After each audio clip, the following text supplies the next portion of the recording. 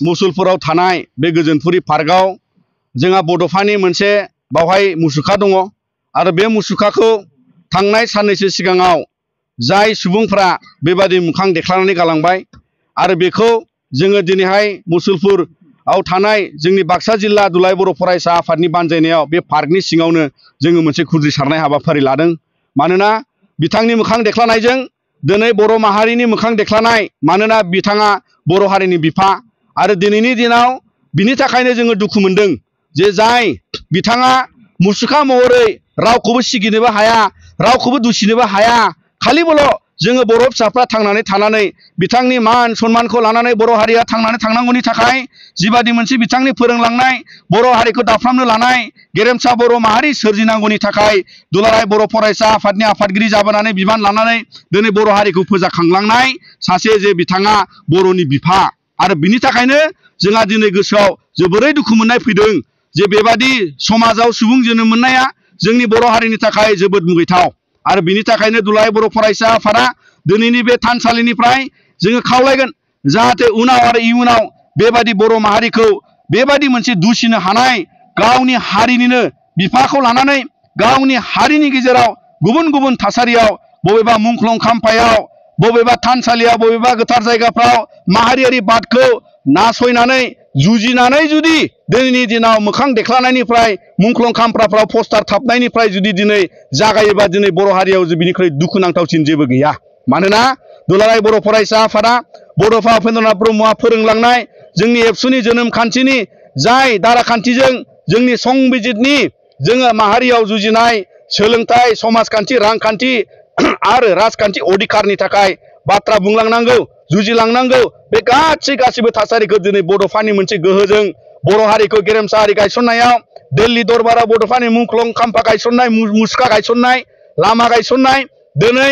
इन्डियानि हम मिनिस्टारजों लोगोसेयै गासै आसाम नाङै जोङो बड'फानि मुङै फरायसा सान फालियो आरो बड'फाखौ लानानै दिनै जिबादि मान मर्यादायाव बर' हारिया गनायथि सिनायथि मोनदों आरो बेखौ लानानै दिनै बे मुसलपुरनि गोजोनपुरि पार्कनिफ्राय जों आरोबाव गोसोखांहोनो लुबैदों। आरो जाय मानसिफ्रा सानदों नामा बड'फानि मुर्ति बुख्लानानै एबसुखौ सांग्रां खालामनो, नोंथांमोना बड'फाखौ बुख्लानानै दिनै बर' हारिखौनो सांग्रां खालामबाय आरो बिनि थाखायनो जाय मानसिफ्रा दिनै दुलाराय बर' फरायसा आफादखौ दुसिनो थांनानै दिनै एबसुनि आफादगिरिखौ बायदिसिना सोंखारिनो थांनानै दिनै नोंथांमोना बर' हारिखौनो सोंखारिगासिनो दं, दुसिगासिनो दङ आरो बेबादि माखासे बेआइनि खामानि मावग्रा सुबुंफोरखौ नोंथांमोना थुलुंगा होगासिनो दङ। जायनि थाखाय जोनोम मोनदों दुलाराय बर' फरायसा आफादा बिथांमोन बादि मानसिखौ जुजिलांनो थाखाय, नोंथांमोन बादि गोसो बेंख्रा मानसिफोरखौ जुजिलांनो थाखाय जोनोम मोननाय बे दुलाराय बर' फरायसा आफादा माहारिनि मावनायाव माहारिनि मोजांनि थाखाय जोंनि राजखान्थि अधिकारनि जाफुंनांगौनि सार्थआव दिनै जों दुलाराय बर' फरायसा आफादा जेबो कमप्रमाइज खालामनाय नङा। आरो बिनि थाखायनो बे पार्कनिफ्राय फिन जोङो दुलाराय बर' फरायसा आफादा जोंनि समायखिरा माहारियारि बादनि सम आरो खान्थिखौ लानानै जोङो जेखि खामानि मावा मानो बर' हारिया खहा जाथाव जों जेबो खामानि मावनाय नङा आरो जों मावबोआखैबो, जोंनि जारिमिनावबो गैया। आरो बिनि थाखायनो जाय सुबुंफ्रा गावसोर सानै साथामखौ लानानै बर' हारिनि गेजेराव बायदिसिना रुमाव जिरायनानै राजखान्थि खालामनाय, रुमाव जिरायनानै समाज दानो नागिरनाय, रुमाव जिरायनानै रांखान्थि फेहेरनो नागिरनाय, मिडियायाव फैनानै बायदिसिना दुसिफैनाय, बड'फा हाउसनि हाखौ लानानै दुसिनाय, जोंनि माइबं हाउसखौ लानानै दिनैनि दैदेनगिरिफोरखौ दुसिनाय, बेफोरनिफ्राय गोजानाव थानांगौ। अमर सिंह ब्रह्म नोंथां,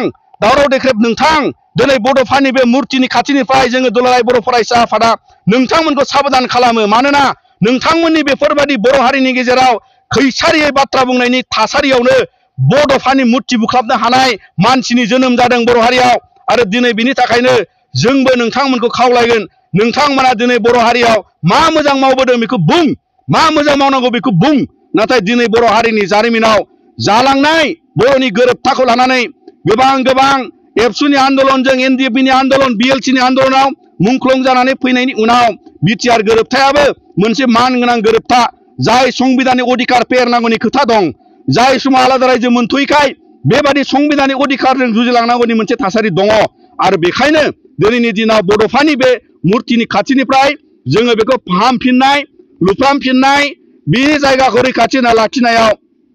दुलाराय बर' फरायसा आफादा जोङो बिफाव लागोन आरो बर' हारिखौ रैखाथि होलांनायाव दुलाराय बर' फरायसा आफादा बिफाव लागोन। आरो बेबादिनो दिनैनि दिनाव बर' हारियाव जुदि बेबादि गेदा गिदि मानसि जोनोम जानो नागिरनायखौबो लानानै दिनै जोङो बिथांमोनखौबो सिदा खालामनायनि थाखाय दुलाराय बर' फरायसा आफादा खामानि मावलांगोन। मानोना नोंथांमोननाव जि आखाइ दं जोंनावबो दं, नोंथांमोननाव जि खुगा दं जोंनावबो दं, नोंथांमोननाव जिबादि आथिं दं जोंनावबो दं। आरो बर' हारिनि जारिमिनाव दुलाराय बर' फरायसा आफादा गणतान्त्रिक आन्दलन, सिलाइनि आन्दलन आरो गुबुन गुबुन रोखोमनि आन्दलनखौ बारसिबोनाय बे दिनैनि दुलाराय बर' फरायसा आफादा। दा नंखायनो दानि जेट जेनेरेसननि गोदान जेनेरेसननि आथालनि दुलाराय बर' फरायसा आफादनि सायावबो नोंथांमोना दिनै खैसारियाव दुसिनानै बायदिसिना बानसावनानै बर' हारिनि मान सन्मानखौ बड'फानि मुर्ति देख्लानानै मान सन्मान हानि खालामनो नागिरनाय जायफोर मानसिफोर सुबुंफोरा जोनोम मोनदों बेफोरखौ दिनै दुलाराय बर' फरायसा आफादा फोजोबस्रांलांगोन आरो बर' हारियाव बेबायदि मोनसे मोजां थासारि गायसननायाव जों खामानि मावगोन। आरो बिनि थाखायनो नोंथांमोननि दारै जाहाथे दिनैनि बादि आरोबाव बड'फानि मुर्ति बेख्लानाय, दुलाराय बर' फरायसा आफादखौ दुसिनाय, बेजों लोगोसे जोंनि जेरावखि जाया मुंख्लं खाम्फा बायदिसिनायाव बायदिसिना थाबदेरनाय फुनदेरनाय बेफोर थासारिनिफ्राय गोजानाव थानांगौ। आरो बिनिखायनो नोंथांमोननि दारै जों दुलाराय बर' फरायसा आफादनि जानानै बे गोजोनपुरि पार्कनिफ्राय जोङो खावलायबाय।